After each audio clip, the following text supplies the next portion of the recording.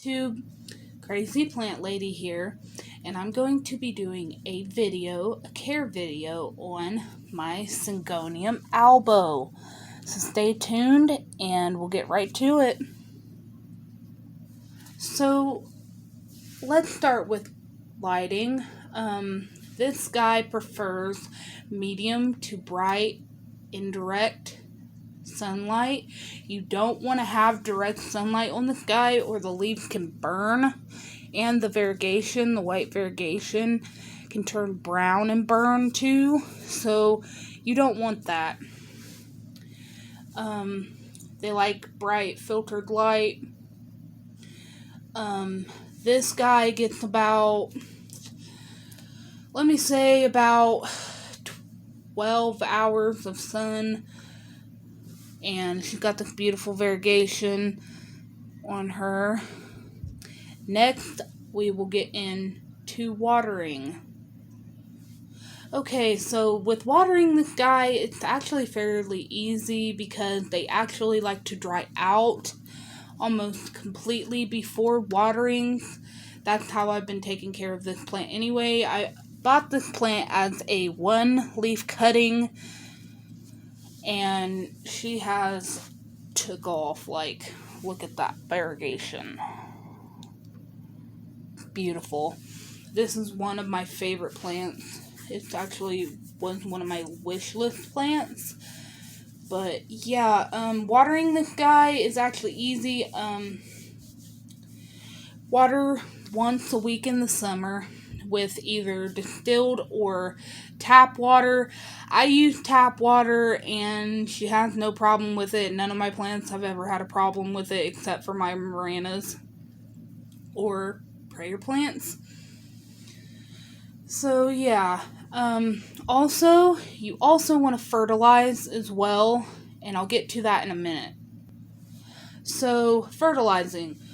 This guy likes to be fertilized a lot because of how fast it grows.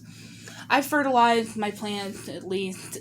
Actually, I don't fertilize them as much as I need to, but I tend to fertilize every month or every 2 to 3 weeks, because if you fertilize more, it actually puts out new growth.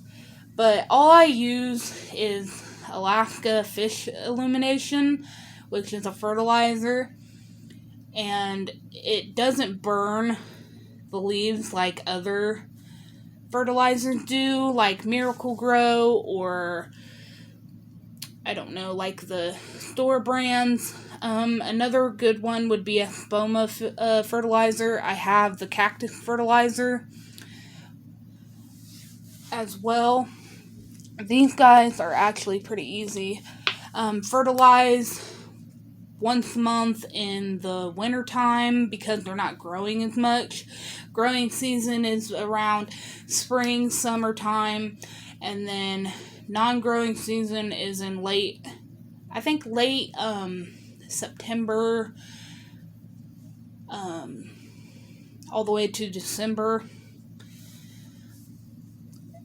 Also, we're going to talk about the easy to propagate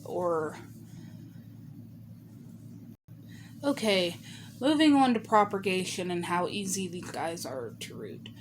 They're actually very easy to root. They're just like all my other Syngoniums, like this Syngonium Confetti, or the Syngonium Pink. The pink Syngonium. They're very similar to regular Syngoniums with propagating. Roots super easy. If you want to speed up a rooting process, buy yourself a rooting hormone. That helps a lot. I have more success than non-successful propagations with using rooting hormone. So yeah, that's pretty much it. I'm getting ready to cover pests. Okay, pests with these guys.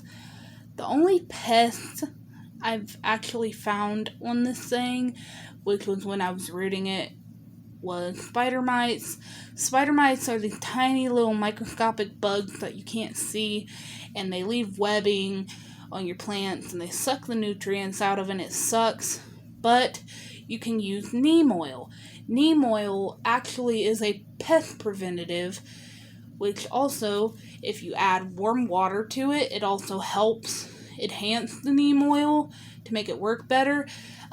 What you do for spider mites is you spray it front and back of the leaves, coat the leaves, set the plant in quarantine away from your other plants for about a month or so. That way you can make sure that there's no pest on it. I spray, if you have a small outbreak, I'd say treating them every week is a good thing, or every couple days. If you have a big pest outbreak or spider mite outbreak, you want to treat it about every 2 to 3 days. That way you can 100% make sure that there's no pest on here, because you don't want to spread pests to your others. Let me see what else I haven't covered. Like I said, the soil mix, we'll get to that too. Just give me 1 second. Okay, soil mix. So since this is an aeroid plant, they like a very nice chunky soil. You want to have about 20% perlite, 20% horticulture charcoal, and 20% potting soil, and then about 20% orchid bark, and then mix that up, and that makes a good chunky airy soil for your plant. And it helps with overwatering and everything. See, with this guy, I'm probably going to have to repot it soon. This guy is already popping out of his pot, and I just repotted this thing. So yeah. Also, if you want your plant to climb or get bigger leaves, like these are pretty big leaves as it is, but they can get bigger. Get yourself a moss pole, or you can DIY them. I totally recommend DIYing them because it actually saves your money for you, and it's not as expensive. Like, these little poles are actually really, like, they're not cheap. So, you can get a 2-pack for about $15. I mean, that's pretty cheap, but if you are on a budget like I am, and you don't get a whole bunch of money, make your own moss poles. You can buy moss, sphagnum moss online at your local garden center, anything, and make it. So yeah, that was pretty much it. I hope I've covered everything. Thank you guys for watching. Like, favorite, subscribe, and share my video. It actually would help me out. And thank you guys. Bye!